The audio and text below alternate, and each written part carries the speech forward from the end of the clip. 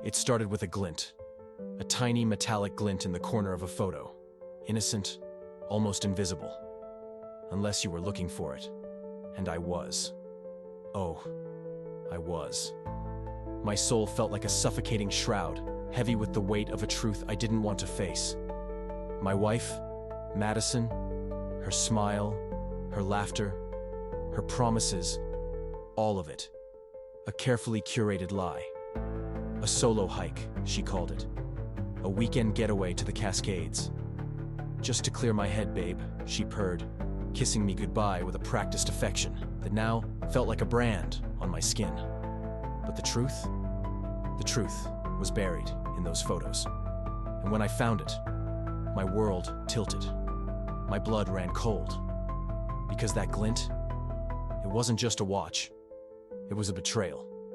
A betrayal so deep, so personal. It felt like a knife twisting in my chest. And the man behind it? My best friend. Eddie. The man who stood by me at our wedding. The man I trusted with my life. Together, they'd woven a web of lies so intricate, so cruel. It shattered everything I thought I knew. But I wasn't going to let them get away with it. I had a plan. And when the time came, I'd make sure they were caught in the act. For weeks, I'd felt it. A shift, a shadow creeping into the corners of our marriage. Madison's eyes, once so full of warmth, now held a distant, distracted look. She'd recoil from my touch at night, her body stiff, her excuses rehearsed. "It's just stress," she'd say. "Work is overwhelming." And like a fool, I believed her. I tried to be understanding, supportive, the dependable husband she always seemed to need. But deep down, a cold dread had been growing, a relentless whisper I couldn't silence. And then I found the photos. They were breathtaking, towering pines, jagged peaks scraping the sky, sunlight dappling through the canopy, illuminating vibrant wildflowers. Madison was beautiful in every shot. Her face flushed, her smile genuine. A picture-perfect solo adventure. Except it wasn't solo. That glint in the corner? A watch. Eddie's watch. The oversized silver timepiece I'd bought him for his 30th birthday. My stomach churned. My hands trembled. And as I scrolled further, the pieces fell into place. A familiar blue backpack. Hiking boots darker than hers. The puzzle was complete. And the picture it formed? A grotesque portrait of deception. The cheerful facade she presented? A cruel mockery. The kisses, the promises, the "I love you." All lies. Carefully constructed. Deliberately cruel. And Eddie? My best friend. The man I'd shared beers with, confided in, trusted, with my deepest fears. He'd been there too. In my home. At my table. Drinking from my fridge. All while sleeping with my wife. The betrayal was complete. And I wasn't going to let it slide. I didn't explode. Not yet. I needed proof. Hard evidence. I installed a hidden camera in the living room, focused on the couch where they always sat when he came over.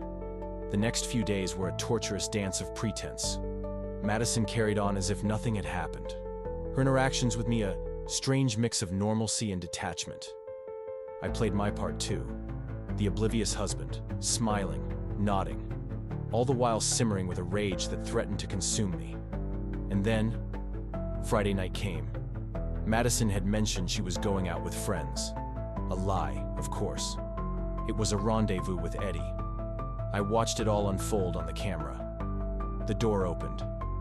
Eddie stepped in, grinning like he owned the place. And then, they kissed. A slow, intimate kiss that made my stomach churn. This was it. The moment I'd been waiting for. I burst through the door, the hidden camera still recording.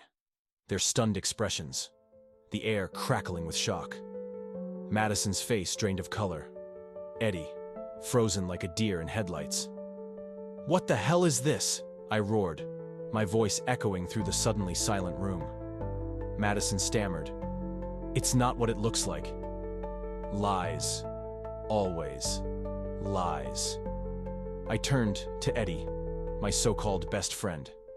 "You spineless piece of garbage," I spat. "You dare call yourself my friend?" The betrayal cut deeper than any anger. I lunged at him, my fist connecting with his jaw. The sickening thud. The blood. The fear in his eyes. I wanted to keep hitting him, to make him feel every ounce of pain he'd inflicted on me. But I stopped.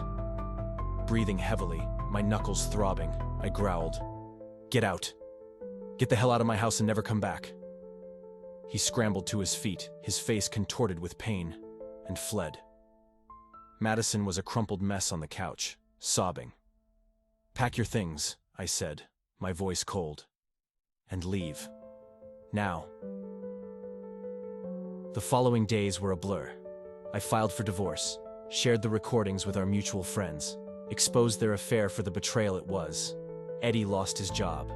Madison's social circle shrank. Their carefully constructed worlds crumbled. And I took an almost perverse pleasure in watching it happen. But it wasn't enough. The emptiness inside me remained. The trust was broken. The love, gone. The images of them together. The photos. The lies. They were forever burned into my mind. But I knew I'd heal. I'd move on. And I'd never again let anyone treat me with such callous disregard. The road ahead would be long, but I'd walk it.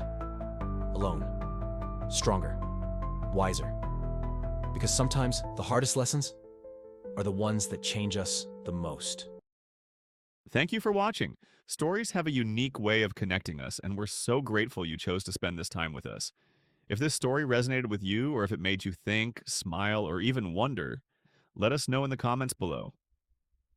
We'd love to hear your thoughts, what stood out to you, or what you'd like to see next. Your voice is what makes this community so special. If you enjoyed this journey and want to join us for more, don't forget to hit that like button. It helps us bring more stories your way. And if you haven't already, consider subscribing to the channel. It's the best way to ensure you never miss out on the next tale we share. We're always working on something new, something that might just spark your curiosity or take you on an adventure you didn't see coming. So do check our channel for upcoming content. You won't want to miss it. Until next time, keep wondering, keep exploring, and keep storytelling alive. See you soon.